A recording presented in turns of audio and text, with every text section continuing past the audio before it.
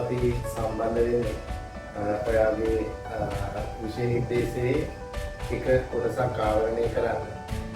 2022 දරුවන්ට පසුගිය දවස් කිහිපය තුළ අපි වාව සම්බන්ධ වෙලා නිබන්ධන පේපර් කට්ටර ලබා දීලා Zoom එකකින් පාඩම් කිහිපයක් අපි සාකච්ඡා කරා පුතේ. ඔයා මිලෙයිලු නම්‍යතාවයේ කොටසට අදාළව Zoom එකේ ලෙසන් වලට සම්බන්ධ වුණා. ඒ වගේ මේ වගේ වීඩියෝ ක්ලිප් එකක් ඔයාලට මම දාලා තිබ්බා. ඒක බලන්න ඇති. ඉතින් මම හිතුවා දැන් ගොඩාක් දරුවන්ගේ ගැටලුවක් තියෙනවා Zoom එකෙන් කරද්දී සම්බන්ධ වීම පිළිබඳ ප්‍රශ්න හා සිග්නල් ගැටලු තියෙනවා. ඒ නිසා මම දිගටම මේ Zoom එකෙන් කරන දේවල් වීඩියෝ කරලා ඔයාලට දාලා තියෙනවා පුතේ. මම දැන් මේ අද දවසේ කතා කරන්න බලාපොරොත්තු වෙන්නේ ඔයාගේ නම්‍යතාවයේ කොටසට අදාළව අවසාන ඒකකයේ ආදායම් ඉල්ලුම් නම්‍යතාවය හා හරස් ඉල්ලුම් නම්‍යතාවය පිළිබඳ කොටස මම හිතුවා ඒක වීඩියෝ එකක් කරලා ඔයාලට ලබා දෙන්න ඕනේ කියලා. මම පුතේ ඔයාලට සටහනක් ලියා ගන්න වෙලාව දෙනවා. ඒ නිසා සියලු දරුවෝ ඔයාගේ නෝට්ස් පොත ළඟ තියාගන්න. නැත්නම් පොලේක හරි මේ පාඩම මෙතන ඉඳලා ලියා ගන්න. ඊට පස්සේ මිලෙයිලු නම්‍යතාවය අවසන් වුණාට පස්සේ එතනින් පස්සේ මේ කොටස ඔයාට සඳහන් කරගන්න නැත්නම් ඇතුල් කරගන්න පුළුවන් ඔයාගේ පොතේ. ඒ නිසා මේ හැමෝම නෝට්බුක් එකක් තියාගෙන පොලයක් හෝ පෑනක් හෝ තියාගෙන මේ වැඩේට සහභාගී වෙන්න. ඒ වගේම ඔයාලට මම දීලා තියෙනවා පේපර් නැත්නම් රිවිෂන් නිබන්ධනයක්. මේ නිබන්ධනය ඔයාගාව තියාගන්න මම මේ අනාතල් තුල මේ නිබන්ධනයේ ප්‍රශ්න සාකච්ඡා කරමින් ඒවටත් පිළිතුරු සපයමින් ඔයාගේ කතාව කරගෙන යනවා. ඒ නිසා අපේ හැමෝම මේ විදිහට ඉදිරිපත් පාඩමට සම්බන්ධ වෙයි කියලා මම බලාපොරොත්තු වෙනවා. හොඳයි එහෙනම් අපි පාඩම පටන් ගමු. ඔයාගේ අද දවස් මම බලාපොරොත්තු වෙන්නේ මුලින්ම ආදායම් ඉල්ලුම් නම්‍යතාවයේ කියන කොටස සාකච්ඡා කරමු. ආදායම් ඉල්ලුම් නම්‍යතාවය. ආදායම් ඉල්ලුම් නම්‍යතාවය. ඉතින් අපි ඉස්සෙල්ලා බලමු ආදායම් ඉල්ලුම් නම්‍යතාවය කියන්නේ මොකක්ද? ඒක ගණනය කරන විදිය ඉගෙන ගත්තාම ඔයාලට ඉබේම තේරෙනවා මේක නිර්වචනය කරන්නේ කොහොමද කියලා. දැන් මේ ආදායම් ඉල්ලුම් නම්‍යතාවයට අපි කියනවා elasticity of yield.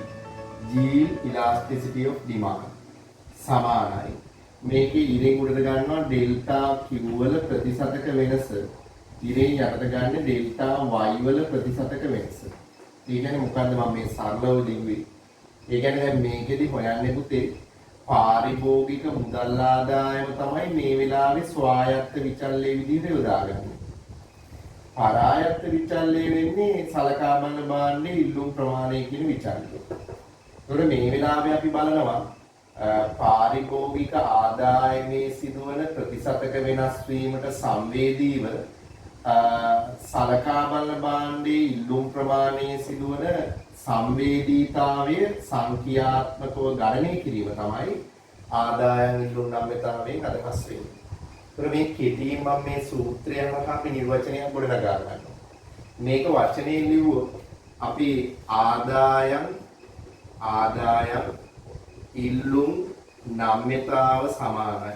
කොහොමද අපිට ලියන්න පුළුවන්? මොකක්ද වෙන්නේ? අපි ඉරෙන් උඩට ගන්නවා පුතේ සලකා බලන භාණ්ඩයේ ඉල්ලුම් ප්‍රමාණයේ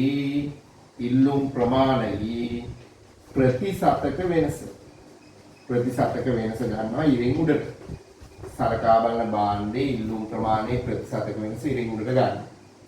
ඉරෙන් යට ගන්නවා පාරිභෝගික ආදායමේ ප්‍රතිශතක වෙනස. පාරිභෝගික ආදායමේ ප්‍රතිශතක වෙනස තමයි අපි ඉරෙන් යටට ගන්න. එහෙනම් ඔයාලට දැන් නිර්වචනයක් ගොඩනගන්න පුළුවන්. මොකක්ද එහෙනම් ආදායම් ඉල්ලුම් නම්‍යතාවය කියන්නේ? අපි කියනවා දෙන ලද අවස්ථාවකදී එහෙම කියන්න ඕනේ.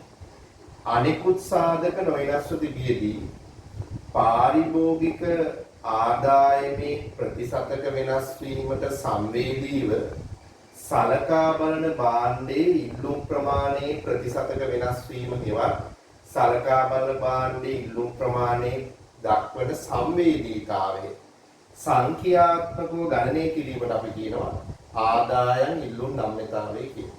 එතකොට මේ ලැබෙන පිළිතුරට අපි කියනවා දරුවනේ ආදායම් ඉල්ලුම් නම්‍යතා සංගුණකය කියලා. ආදායම් ඉල්ලුම් නම්‍යතා සංගුණකය කියලා කියන්නේ.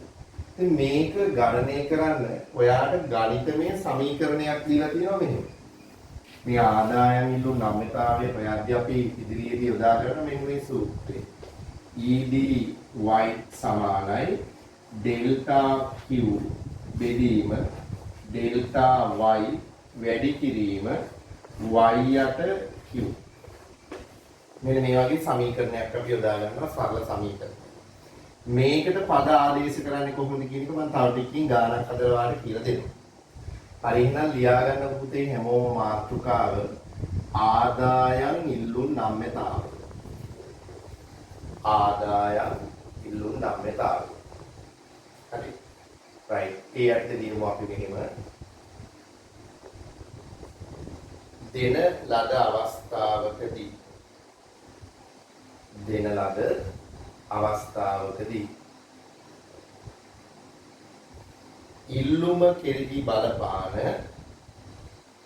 ඉල්ලුම කෙරෙහි බලපාන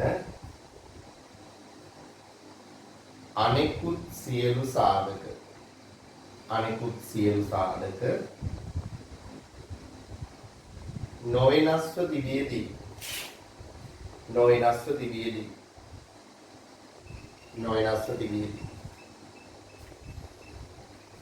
පාරිභෝගික ආදායමේ සිදුවන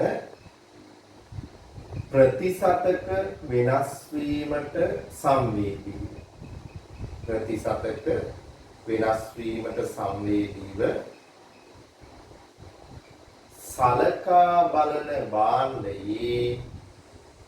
සලකා බලන භාණ්ඩයේ ඉල්ලුම් ප්‍රමාණය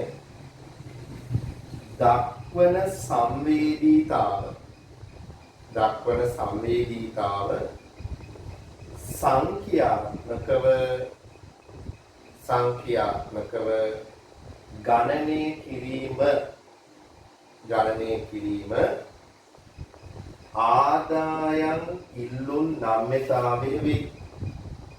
ආදායම් ඉල්ලුම් නම්‍යතාවය වේ. මෙය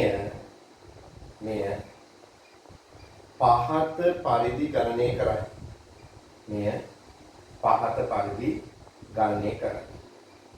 එහෙම කියලා ඉස්සල්ලාමේ වචනේ සූත්‍රය ලියන්න. මම කියන්න ලියා ගන්න. පහලින් ලියන්න පුතේ ආදායම් ඉල්ලුම්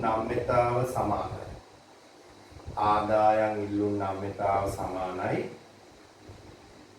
ඉරින් උඩ ලියන්න සලකා බලන භාණ්ඩයේ ඉල්ලුම් ප්‍රමාණයේ ප්‍රතිශතක වෙනස. සලකා බලන භාණ්ඩයේ ඉල්ලුම් ප්‍රමාණයේ ප්‍රතිශතක වෙනස ඉරින් උඩට ගන්න. ඉරින් යට ලියන්න පාරිභෝගික ආදායමේ ප්‍රතිශතක වෙනස. හරි. සංකේත සූත්‍රය ලියන්න ඊට පහළින් EDY සමානයි ඩෙල්ටා Q යට ඩෙල්ටා Y ගුණ කිරීම y යට q. මම මේ බෝඩ් එකේ ලියලා තියෙනවා. EDY සමානයි ඩෙල්ටා Q බෙදීම ඩෙල්ටා Y වැඩි කිරීම y බෙදීම q. හරි. right. ඕක තමයි ආදායම් ඉල්ලුම් නම්‍යතාවය සහ ඒක ගණනය කරන විදිය. අපි ගණනය කරන ආකාරය ගානකින් හදලා බලමු. ඊට කලින් තව පොඩි කාරණයක් කියලා දෙන්න තියෙනවා. ඒ තමයි පුතා මෙන්න මේක. හොඳට බලා ගන්න මේ ගොඩාක් වටිනවා මේ මම ඊළඟට කතා කරන්න යන දේ. දැන් අපි මේ ආදායම් ඉල්ලුම් නම්‍යතාවයේ ගණනය කරලා ලැබෙන පිළිතුරට අපි කියවනේ ආදායම් ඉල්ලුම් නම්‍යතා සංගුණකය කියලා. මේ ආදායම් ඉල්ලුම් නම්‍යතා සංගුණකය. නම්‍යතා සංගුණකය. සංගුණකය. ඒ කියන්නේ මේ EDY වල අගය අපි කොටස් දෙකකට වෙන් කරනවා මෙතන. ඒ කියන්නේ මේ අගේ ලකුණ මත මේ ආදායම් ඉල්ලු නම්‍යතා සංගුණකේ ලකුණ ධන නම් සහ ලකුණ ඍණ නම් අපි වෙළඳ පොලේ තියෙන භාණ්ඩවල ස්වභාවයන් දෙකක් හඳුනගන්න. මේ ආදායම් ඉල්ලු නම්‍යතා සංගුණකේ ලකුණ ධන නම් අපි ඒ ඕනම භාණ්ඩයකට කියනවා පුතේ සාමාන්‍ය භාණ්ඩ කියලා. මේවට අපි කියනවා සාමාන්‍ය භාණ්ඩ කියලා. ආදායම් ඉල්ලු නම්‍යතා සංගුණකේ ලකුණ ඍණ නම් අපි ඒවට කියන්නේ බාල භාණ්ඩ කියලා. බාල භාණ්ඩ කියලා තමයි අපි ඒව හඳුනගන්නේ.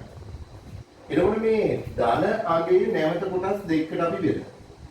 මේ ධන අගය එකට වැඩි නම් එකට වැඩි ධන අනිත් එක එකට අඩු ධන එකට අඩු ධන.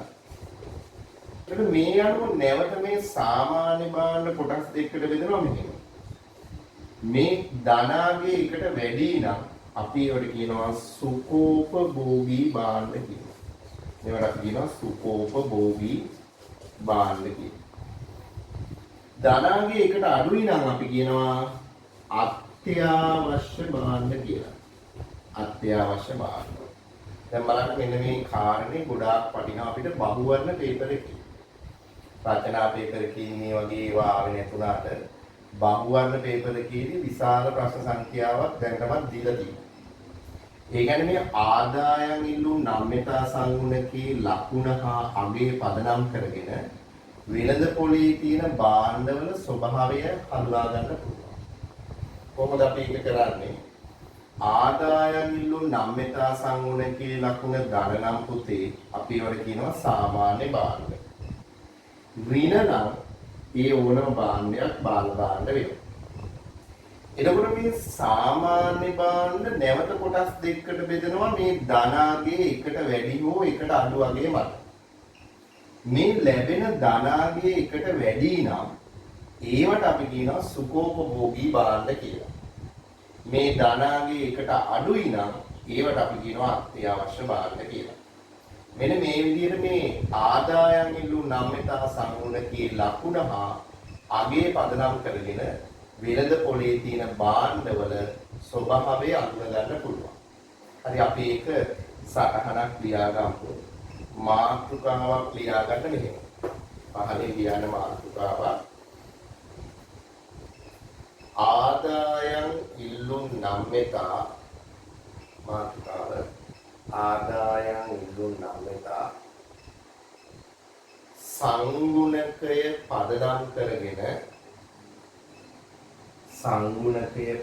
කරගෙන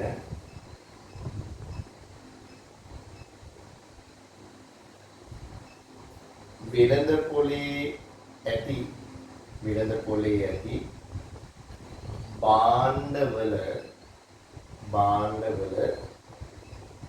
ස්වභාවය හඳුනා ගැනීම. වෙළඳ පොලේ ඇති භාණ්ඩවල ස්වභාවය හඳුනා ගැනීම.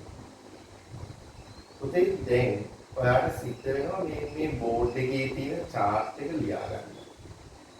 මම හිතනවා ඔයාලට පැහැදිලි මේක. හැමෝම මේක අඳ ගන්න බලන්න. උඩින්ම ලියා ගන්න ආදායම් ඉල්ලු නම්‍යතා සංගුණකය EDY. ඒක කොටස් දෙකකට බෙදන්න. ලකුණ ධන නම් අනිත් එක ලකුණ ඍණ නම්. ලකුණ ධන නම් සාමාන්‍ය භාණ්ඩ. ලකුණ ඍණ නම් බාල භාණ්ඩ. හරි. සාමාන්‍ය භාණ්ඩ නැවත කොටස් දෙකකට බෙදන්න. එකට වැඩි ධන නම් සුකෝපභෝගී භාණ්ඩ. එකට අඩු ධන නම් අත්‍යවශ්‍ය භාණ්ඩ.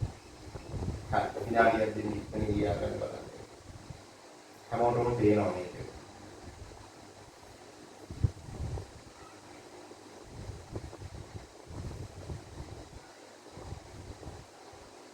හරි. right. අපි එනම් ඊළඟ කොටසට යන්න හදන්නේ ඔන්න ආදායම් ඉල්ලුම් නම්‍යතා සංගුණකය ගණනය කිරීම මත ලැබෙන පිළිතුරේ ලකුණ හා අගේ පදනම් කරගෙන අපි වෙළඳ පොලේ තියෙන භාණ්ඩවල ස්වභාවයන් හඳුනා ගැනීමක් කළා. දැන් මම ඔය පුතාලට පොඩි ගානක් හදන්න අවස්ථාවක් දෙන්නේ. ඊට පස්සේ අපි බලමු මේ ගාන හදලා වෙළඳ පොලේ තියෙන භාණ්ඩවල ස්වභාවය හඳුනගන්නේ කොහොමද කියලා. අභ්‍යාස කීපයක් දෙන්න. ඊට පස්සේ අපි අර ටියුට් එකට යනවා. ඒ ටියුට් එක ළඟ තියාගන්න ඕනේ. ඒකත් එක්ක ඊළඟ සාකච්ඡාව යන්නේ. ඒ ඔයා ඉස්සල්ලාම මේක ලියාගත්තා. දැන් අපි යමු පොඩි ගානක් හදන්න. ඒ ගාන ලියා ගන්න කලින් දැන් ඉස්සල්ලා බලාගෙන ඉන්න මම මේ ගාන හදලා ඔයාට අවස්ථාව දෙනවා විස්තර කරලා මේක ලියා ගන්න. ඉස්සල්ලා බලන්නකො මම දෙන ගාන මොකක්ද කියලා. දැන් මෙතන දෙනවා පුතේ භාණ්ඩය. මෙතන තියෙනවා ආදායමේ ප්‍රතිශතක වෙනස. ආදායමේ ප්‍රතිශතක වෙනස. මේ තියෙන්නේ ඉල්ලුම් ප්‍රමාණයේ ප්‍රතිශතක වෙනස. ප්‍රතිශතක වෙනස. හරි. දැන් ඔන්න පොඩි ගානක් දෙන්න. අපි මේ A B C D කියලා භාණ්ඩ වර්ග හතරක් තියෙනවා. දැන් මේ ආදායමේ ප්‍රතිශතක වෙනස දීලා තියෙනවා හැම භාණ්ඩයකම 10%ක් වැඩි වෙලා තියෙනවා. අපි තුන් ධනාගයක් තියෙනවා. ධන කියන්නේ වැඩි වීමක් තියෙනවා. ඉල්ලුම් ප්‍රමාණයේ ප්‍රතිශතක වෙනස A භාණ්ඩයේ 20%ක් දාන. B භාණ්ඩයේ 10%ක් ඍණ. C භාණ්ඩයේ 5%ක් අපි දුක් දාන. D භාණ්ඩයේ 12%ක් ඍණ. දැන් මේ එක භාණ්ඩවල ආදායම් ඉල්ලුම් නම්‍යතාවය හොයන්න කියනවා. මම මෙතනම හදලා පෙන්නන්නම් තව ඔයාලට තීරුවක් ගන්න හැටි අපි මෙතන මම දානවා EDY වල අගේ. හොයන්නේ කොහොමද? සරලව ගත්තොත් ඩෙල්ටා Q වල ප්‍රතිශතය දෙදෙනවා ඩෙල්ටා Y වල ප්‍රතිශතය. හරි. දැන් එන අපි හදාගෙන යමු. මේ තියෙන ඩෙල්ටා Q නේ වල ප්‍රතිශතය. මේ ඩෙල්ටා Y වල ප්‍රතිශතය. එතකොට මේකේ ඉල්ලුම් ප්‍රමාණය 120ක් වැඩි වෙනවා. එහෙනම් 120 බෙදන්න තියෙන හැම වෙලේම ආදායම 10%කින් වැඩි වෙනවා. උත්තරේ මොකද්ද? උත්තරේ ධන 2යි. උත්තරේ ධන 2යි. එහෙනම් මේ භාණ්ඩයට කියන්න පුළුවන් මොන භාණ්ඩයක්ද? කාටද කියන්න පුළුවන්? දැන් අර ලේඛනයේ දිහා බලන්න. මේ භාණ්ඩේ මොන භාණ්ඩයක්ද? දැන් ධනාගේ එකට වඩා වැඩි. එහෙනම් සුකෝපභෝගී භාණ්ඩයක්. මේක සුකෝපභෝගී භාණ්ඩයක් වෙනවා. සුකෝපභෝගී අබලෝ මම එහා පැත්තේ ලියන්න බැරියට මේ පැත්තේ අපි ලියමු. දැන් මේ භාණ්ඩය ධනාගේ එකට වඩා වැඩි. එහෙනම් ඒ කියන්නේ සුකෝපභෝගී භාණ්ඩයක්. සුකෝපභෝගී. හරි. දැන් B භාණ්ඩය ගැන බලමු. ඍණ 10 බෙදන්න තියෙන ධන 10. ඒකට ඍණ 110 ධන 110න් බෙදපුවාම උත්තරේ ඍණ 1යි. ඍණාගේ ධන නැත්නම් එකට වැඩි දෙකට අඩුද ඒක වැදගත් නැහැ. ඍණ නම් අනිවාර්යෙන් ඒක මොන භාණ්ඩයක්ද? බාල භාණ්ඩයක්. එහෙනම් මේක C භාණ්ඩේ ධන 5 බෙදන්න තියෙන්නේ 10.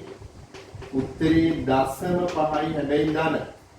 ධනාගේ එකට අඩුයි නම් ඒක මොන භාණ්ඩයක් වෙනවද?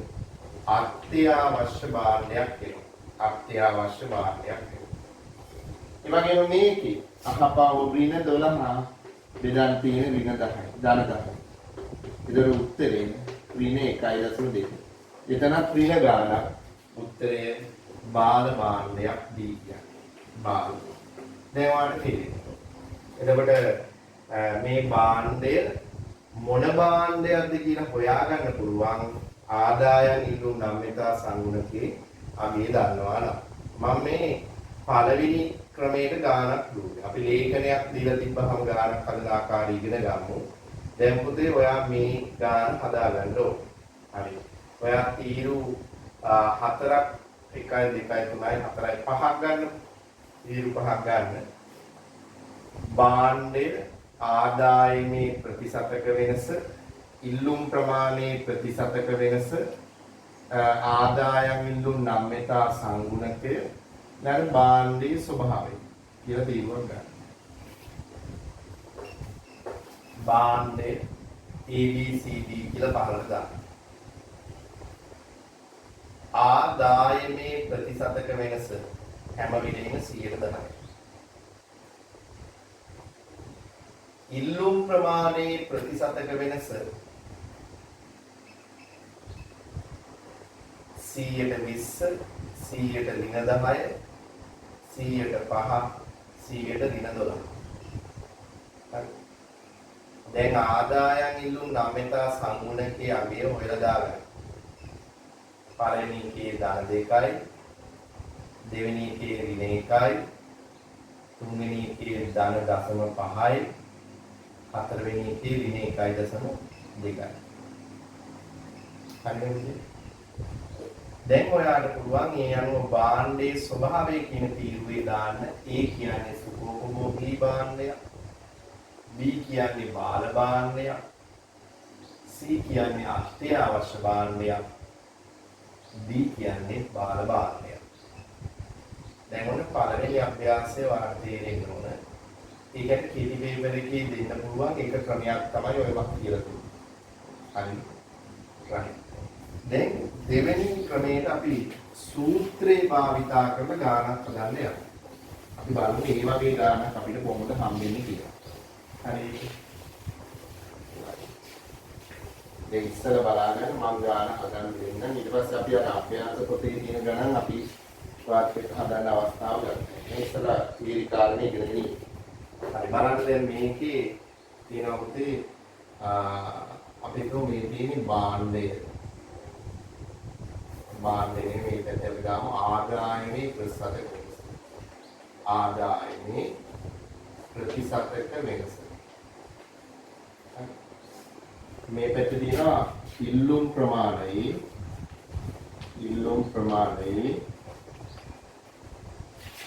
ප්‍රතිශතක වෙනස. ප්‍රතිශතක වෙනස දීලා තියෙනවා. අපි හිතමු chart එක දීලා තියෙන්නේ අපිට මෙන්න. භාණ්ඩ වර්ග 4ක් තියෙනවා. A, B, C, D. දැන් ආදායමේ ප්‍රතිශතක වෙනස හැම භාණ්ඩයකම අපි 110 ගානේ. නැත්නම් ආදායම හිතන්නකො මෙහෙම හැම භාණ්ඩයකම ආදායම වෙනස දීලා තියෙනවා කියලා හිතන්න. 1000 ඉඳලා 2000 දක්වා ආදායම වැඩි වෙනවා කියනවා. ඒ වගේ ගානක් අද. ඉල්ලුම් ප්‍රමාණයේ ප්‍රතිශතක වෙනස කියන එක අපි වෙනස් කරලා ගමුකෝ. ඉල්ලුම් ප්‍රමාණයේ වෙනස කියලා හදාගමු. වෙනම ක්‍රමයකට ගන්න. එතකොට අපි හිතමු මෙතන 100 ඉඳලා 200ට වැඩි වෙනවා. ඒක. මෙතන B භාණ්ඩේ 200 ඉඳලා 250ට වැඩි වෙනවා. C භාණ්ඩේ අපි හිතමු 200 ඉඳලා 150ට අඩු වෙනවා. D භාණ්ඩේ අපි හිතමු 300 ඉඳලා 350 දක්වා වැඩි වෙනවා. දැන් ඔයාලට කියනවා මේ එක එක භාණ්ඩේ ආදායම් ඉල්ලුම් නම්‍යතාවය හොයලා ඒ සංගුණකයේ පදනම් කරගෙන භාණ්ඩවල ස්වභාවය ලියන්න කියලායි කියන්නේ. ඔන්න දෙවෙනි අභ්‍යාසයේ දෙන ක්‍රමය. දැන් මේ වගේ ගානක් හදද්දී වා ප්‍රතිශතක වෙනස හොයලා ඉන්නවට වඩා වාට ලේසි අර සමීකරණය දාලා හදන එක. මොකද්ද දැන් අපි හිතමු A භාණ්ඩේ මම හදන්න යනවා. ඒකට EDY ගන්න. බලන්න එක ගානක් හදන්න. ඩෙල්ටා Q බෙදීම ඩෙල්ටා Y වැඩි කිරීම y බෙදීම කියුනේ අපි ඉගෙන ගත්ත සූත්‍රයේ. දැන් මෙතන ඩෙල්ටා Q කියන්නේ මේ A භාණ්ඩේ ඉල්ලුම් ප්‍රමාණය ඒකක වෙනස. 100 ඉඳලා 200ට 100ක් ධන වැඩි වෙනවා. ඩෙල්ටා y කියන්නේ 1000 ඉඳලා 2000 අපි y කියලා කියන්නේ මතක තියාගන්න පෙර පැවති ආදායම. එහෙනම් 1000. ඒ ආදායමට අදාළ ඉල්ලුම් ප්‍රමාණය ඒ භාණ්ඩයේ තියෙන 100. හරි. දැන් මේ දෙක කපලා සුළු කරලා බලනවා. උත්තරේ ඉන්නේ හරියටම ධන එකක් තියෙනවා. සාමාන්‍යයෙන් ධන එකක් හෝ ඊට වැඩි නම් මේක සුඛෝපභෝගී කියලා තමයි අපි සලකන්නේ. එහෙනම් ඒ භාණ්ඩය සුඛෝපභෝගී වේ. සුඛෝපභෝගී වේ කියලා ලියන්න පුළුවන්. මෙන්න ඒ භාණ්ඩයේ ස්වභාවය. ඔය විදිහට අනිත් භාණ්ඩ වර්ග තුනෙන් හොයන්න ඕනේ. දැන් අපි තුමු B භාණ්ඩේ ගත්තා කියලා. වල සූත්‍රය දානවා EDY සමානයි ඩෙල්ටා Q බෙදීම ඩෙල්ටා y වැඩි කිරීම y බෙදීම q නේ. හරි. දැන් ඩෙල්ටා q කීයද මෙතන? 50. Delta y 1000යි. එතකොට y කියන්නේ පෙර පැවති ආදායම 1000යි. එතකොට q කියන්නේ මේ B භාණ්ඩයේ මුලින් තිබ්බ ඉල්ලුම් ප්‍රමාණය 200. දැන් 1000ට 1000 කැපෙනවා. බිඳුවට බිඳුව ගියා 5 1යි 4යි. 4 1යි කියන්නේ 0.25 හැබැයි ධන. එතකොට මොකද්ද මේ භාණ්ඩය? එකට වඩා අඩු ධනංගයක්. එහෙනම් අත්‍යවශ්‍ය වේ. අත්‍යවශ්‍ය වේ. ඔන්න භාණ්ඩයේ ස්වභාවය. මේ විදිහට අපි C භාණ්ඩේ හදමු බලන්න. C භාණ්ඩය. එතකොට EDY සමානයි ඩෙල්ටා Q බෙදීම ඩෙල්ටා y ගුණ කිරීම y බෙදීම කියුනේ දාන්න. දැන් තේරෙන්න ඕන තමයි. එතකොට C භාණ්ඩේ ඩෙල්ටා y ඩෙල්ටා Q කියන්නේ පුතා 50ක් අඩු වෙලා. අනේ මතක තියාගන්න ඍණ 50යි. ධන ඍණ පටල ගන්න එපා. මෙයාගේ ධන 1000යි මෙතෙන් ඉන්නේ. එයාගේ මුලින් තිබ්බ ආදායම 1000යි. ඊට අදාළ ඉල්ලුම් ප්‍රමාණය ඉන්නේ 200. දැන් මේක සුළු කරා 1000ට 1000 ගියා. දැන් ඍණ 0.25. ඍණ ආවිය. එහෙනම් බාල භාණ්ඩ වේ. බාල භාණ්ඩ වේ. ඔන්න. ඒ විදිහට අපිට හදා ගන්න පුළුවන්. දැන් D භාණ්ඩෙත් ඒ විදිහටම කරණය කිරීම කරන්න පුළුවන්. ඒකට දැන් බලන්න මේ ගාන අර කලින් ගානට වඩා ස්වභාවය වෙනස්. ඉස්සලා අපිට ප්‍රතිශතක වෙනස් වීම දුන්න ගාන. දැන් ඔයාලට ලේඛනයක් දීලා මේ සූත්‍රයට ආදේශ කරලා ගාන හදන්න එනවා. ඒක මේක තමයි දෙවෙනි ක්‍රමය. ඉතින් මේකත් අපි හදා ගන්න ඕනේ. හරි හැමෝම මේ ලේඛනේ ලියා ගන්න ඉස්සලා මෙතන තියෙන ආදායමේ වෙනස, ඉල්ලුම් ප්‍රමාණයේ වෙනස. ආදායම 1000 2000 විදිහට වෙනස් වෙනවා. භාණ්ඩ වර්ග හතරක් තියෙනවා A B C D කියලා. ඒ අගයන් ටික ඔයාලට පේනවා පුතේ. ඒ ටික ලියා ගන්න. ලියාගෙන මේ ගණන් තුන හදා ගන්න බලන්න. විනාඩි 2-3ක් දෙන්න බලන්න. පස්සේ D භාණ්ඩේ ඔයාලට හොයාගන්න පුළුවන්. හරි හදන්න බලන්න හැමෝම මේක.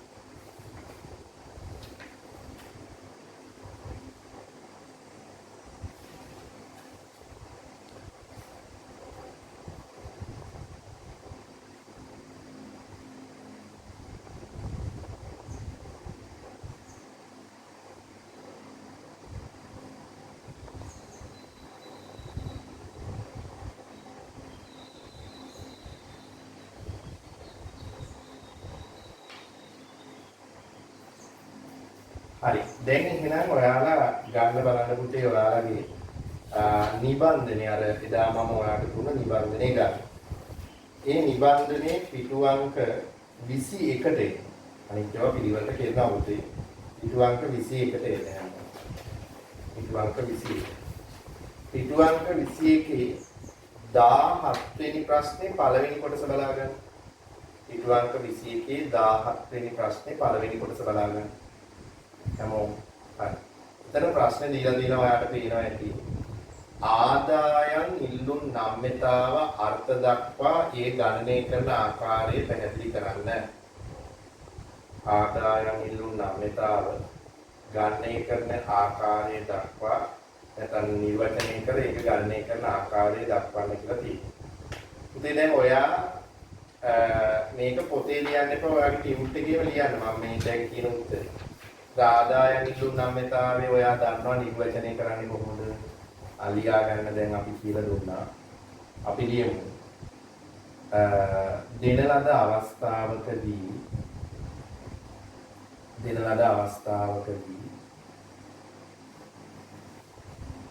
ඉල්ලුම කෙරෙහි බලපාන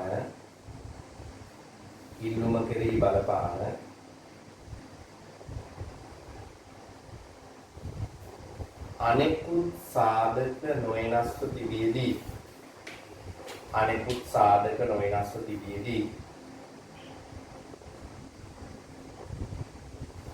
සාධක නොවෙනස්ව තිබියදී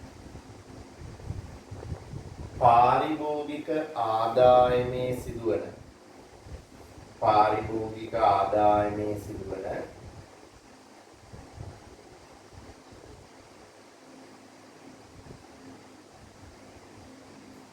ප්‍රතිශතක වෙනස් වීමට සංවේදීව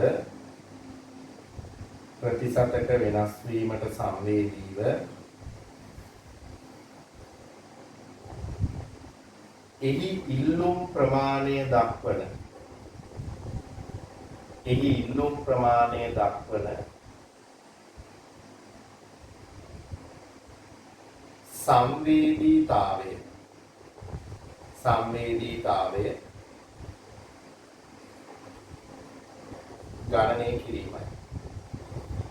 ගණනය කිරීමයි. හරි. දැන් ලියාගන්න පහලින් ගණනය කරන ආකාරය. ආදායම් ඉල්ලුම් නම්‍යතාව සමානයි. ඉතින් උඩ කියන්න. සලකා බලන භාණ්ඩයේ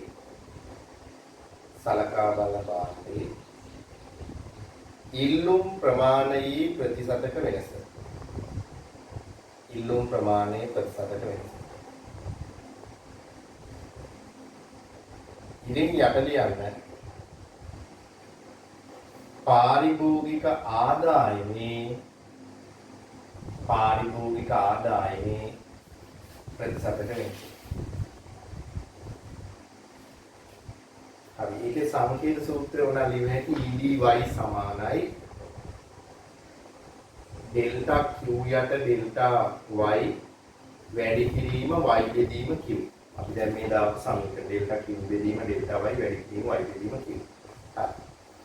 අපි යනවා දෙවෙනි කොටස ප්‍රශ්නේ බලා ගන්න පුතේ. ආදායම් ඉල්ලුම් නම්‍යතාවයේ ප්‍රායෝගික වැදගත්කම සැකවින් පැහැදිලි කරන්න. ඒ කියන්නේ මේ ආදායම් ඉල්ලුම් නම්‍යතාවයේ ගණනය කිරීමේ තියෙන වැදගත්කම මොනවද කියලා. කෙටියෙන් කිව්වේ පළවෙනිම වැදගත්කම අපි දැන් අඳුනගත්තා මොකද්ද? භාණ්ඩයේ ස්වභාවය අපිට හොයාගන්න පුළුවන් නේ. එහෙනම් ඒක ලියන්න පළවෙනි එක ලියන්න පුතේ. වෙළඳ පොලේ පවතින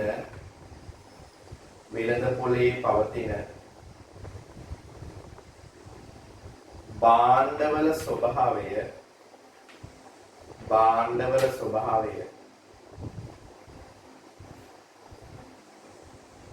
හඳුනාගත හැකි වී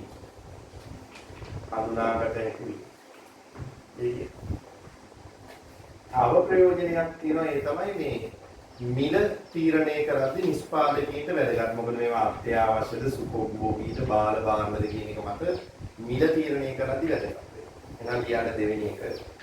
භාණ්ඩයේ මිල එහා පැත්තේ කිව්වේ ඉඳ තියෙනවා. භාණ්ඩයේ මිල තීරණය කිරීමේදී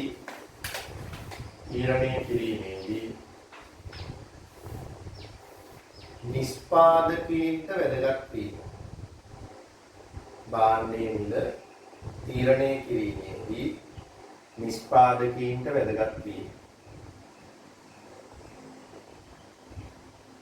තව එකක් තමයි පුතේ මේ ආණ්ඩුවට වැදගත්. මොකද මේ බදු හා සහනාධාර දෙනකොට අත්‍යවශ්‍ය භාණ්ඩ වලට සාමාන්‍යයෙන් බදු ගහන ප්‍රමාණය අඩුයි. ඒවට සහනාධාර තමයි දෙන්නේ. මොකද ඒවා දුප්පත් මිනිස්සුත් පරිභෝජනය කරන හින්දා. සුඛෝපභෝගී භාණ්ඩ දැන් මෝටර රථ වගේ මත බදු ගහන ප්‍රමාණය වැඩි. ඒකට ඒවා තීරණය කරන්න ආණ්ඩුවට මේ ආදායම් නිලු නම්‍යතාව වැදගත්. ඒ නිසා ලියන්න රාජ්‍යයේ නිල පාලනය බදු පැනවීම සහනාධාර ලබා දීම වැනි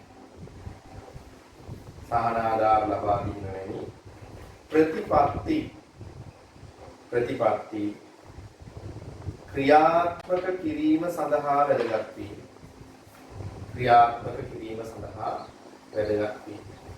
ඔන්න ඔබ තමයි ආදායම් නිලුන් නම්‍යතාවයේ තියෙන වැදගත්කම. හරි අපි 22 වෙනි පිටුවේ තියෙනවා 3 වෙනි කොටස. මතු දැක්වෙන දේ මගින් බැසගත හැකි නිගමන මොනවාද කියලා අහනවා. දැන් පාරිභෝගික ආදායම 15%කින් වැඩි වෙනවා මේ හැම භාණ්ඩයකම. එතකොට ඔයා මේ එක එක භාණ්ඩේ ආදායම් නිලුන් නම්‍යතාව හොයලා මේ භාණ්ඩේ ස්වභාවය මොකක්ද කියලා තමයි මේ ආහාර වක්‍රාකාරය. අපි බලමු කරගෙන යමු දෙන්න එකතු වෙලා. පළවෙනි කොටසේ ඒ භාණ්ඩේ ඉල්ලුම වැඩි. දැන් වැඩි වෙච්ච ප්‍රමාණයක් කියන්නේ නෑනේ පුතා. 10%කින් 15%කින් ආදායම වැඩි වුණාම ඒ භාණ්ඩේ ඉල්ලුම වැඩි වුණා කියන්නේ ආදායම වැඩි වෙද්දී ඉල්ලුමත් වැඩි වෙනවා නම් අනිවාර්යෙන් උත්තරේ ධනාභිය. දැන් අපිට එකම එක කාරණයක් කියන්න තියෙන්නේ මොකද්ද? ඒ කියන්නේ සාමාන්‍ය භාණ්ඩය. එහෙනම් අපි ලියමු එතන උත්තරේ. ඒ යනු සාමාන්‍ය භාණ්ඩය. ඊළඟ B භාණ්ඩයේ ඉල්ලුම 10%කින් අඩු වුණා. අපිට ගාන ඕන නම් හදන්න පුළුවන් 100ට ඍණ 10 බෙදීම 100ට ධන 15 දාන්න. එතකොට ඍණ උත්තරයක් එන්නේ. එහෙනම් ඔයාට අනිවාර්යෙන් කියන්න පුළුවන් B කියන්නේ මොන භාණ්ඩයද? බාල භාණ්ඩය. එහෙනම් අපි ලියනවා B යනු බාල භාණ්ඩයකි. ඒක ඕනනම් ඔයාට ඔප්පු කරන්න පුළුවන්. B භාණ්ඩයේ ආදායම් ඉල්ලුම් නම්‍යතා සංගුණකය හොයලා බලන්න. B භාණ්ඩයේ ආදායම් ඉල්ලුම් නම්‍යතා සංගුණකය අගය හොයලා ඉතල ලියා ගන්න පුළුවන්. මේ දැන් B වල ආදායම් ඉල්ලුම් නම්‍යතා සංගුණකය හොයන්න පුළුවන්.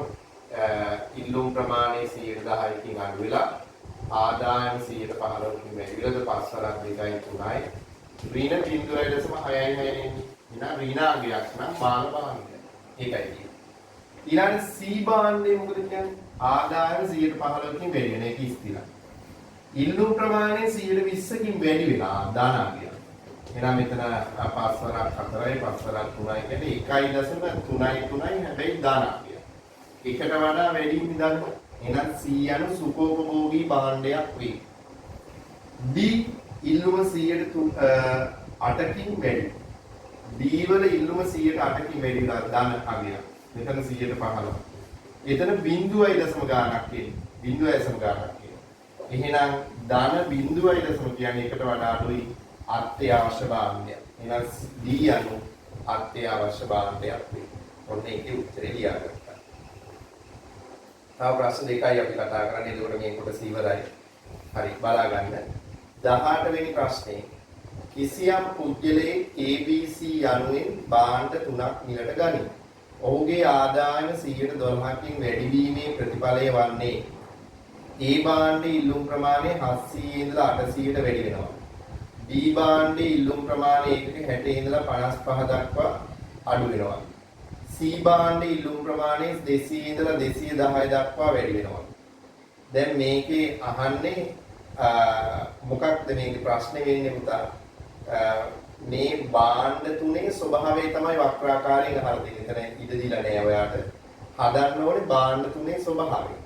ඊළඟට මම එකක් හදන්නම් ඉතුරු ටික ඔයාට ගෙදරදී හදන්න පුළුවන්. දැන් මේක හදන්න නම් ඔයා ක්‍රමයේ අල්ල ගන්න ඕනේ. මෙතන මොකද්ද මේ කියලා තියෙන්නේ? මම එක භාණ්ඩයක හදලා පෙන්නන්නම්. දැන් ඔයා බලන්න මේකේ ආදායම 12%කින් වැඩි වෙනවා. එහෙනම් ආදායමේ ප්‍රතිශතක වෙනස හැම වෙලෙම 12%යි. දැන් ඒ භාණ්ඩයේ ඉල්ලුම් ප්‍රමාණයේ ප්‍රතිශතක වෙනස අපිට දීලා නැහැ. හොයාගන්න ඕනේ. හැබැයි 700 ඉඳලා 800 දක්වා ඉල්ලුම් ප්‍රමාණය වැඩි වෙලා කියනවනේ. එහෙනම් 700 සිට 800 දක්වා ප්‍රතිශතයේ කීයද කියලා කොහොමද හොයන්නේ? ඒක හොයන්නේ වෙනස ගන්න 100. 700ෙන් බෙදන්න පෙරාගේ. දැන් 100ෙන් වැඩි කරා. හරි. එතකොට මේ බිඳු දෙකට බිඳු දෙක ගියා 100 බෙදීම 7. ආසන්න වශයෙන් කීයද? 10ට 1යි මෙතන 3යි 4ක් 4 28යි 2යි දෙකක් දාන්න 14.2යි 100. එතකොට දැන් ඔයා ඒ වල ආදායම් ඉල්ලුම් නම්‍යතා සංගුණකේ හොයන්න පුළුවන් කොහොමද? ඉල්ලුම් ප්‍රමාණයේ ප්‍රතිශතක වෙනස බෙදනවා අපි මිලි ආදායමේ ප්‍රතිශතක වෙනස. දරුපතේ ඉල්ලුම් ප්‍රමාණයේ ප්‍රතිශතක වෙනස 114.2යි. ආදායමේ ප්‍රතිශතක වෙනස 112. ආසන්න වශයෙන් 1.0 ගානක් වෙනවනේ නේද? ඒ කියන්නේ ධන අගය එකට වඩා වැඩි. එතකොට මේක මොන භාණ්ඩයක්ද කියන්නේ? සුඛෝපභෝගී භාණ්ඩයක්. මේක සුඛෝපභෝගී භාණ්ඩයක් වේ. සුඛෝපභෝගී භාණ්ඩය. දැන් ওই විදිහට B සහ C වල ඔයාලට හදන්න පුළුවන් මේක. අපි මොකද කරේ? මේ ප්‍රතිශතක වෙනස ගත්තේ. 700 ඉඳලා 800ට ප්‍රතිශතක වෙනස හොයන්නේ වෙනස ගත්ත පෙරාගෙන් බෙද්ද 100ෙන් වැඩි කළා. 100ට 14.2කින් වැඩි කළා. එතකොට ආදායම් ඉල්ලුම් නම්‍යතාවය හොයනවා අර සමීකරණයට දාලා. ඊනොට ඉල්ලුම් ප්‍රමාණයේ ප්‍රතිශතක වෙනස ආදායමේ ප්‍රතිශතක වෙනසෙන් බෙදපුවාම එකට වඩා වැඩි උත්තරයක් එනවා ධනාගය. එහෙනම් සුඛෝපභෝගී භාණ්ඩය. ඔක තමයි B ටයි C ටයි කරන්න ඕනේ. හරි ඒ ගාන හදන්න ඕනේ. මේක ඔයා ලියා ගන්න පුළුවන් ඔයා. මේ වීඩියෝ එකේ තියෙන නිසා වාටි මීට මේක ලියා ගන්න පුළුවන්. හරි. අපි අද කතා කරන අවසාන ප්‍රශ්නේ මොකද්ද? ආදායම් ඉල්ලුම් නම්‍යතාවයේ තීරණය වීම කෙරෙහි බලපාන සාධක කවරේද? නැත්නම් ආදායම් ඉල්ලුම් නම්‍යතා තීරක 19 වෙනි ප්‍රශ්නේ.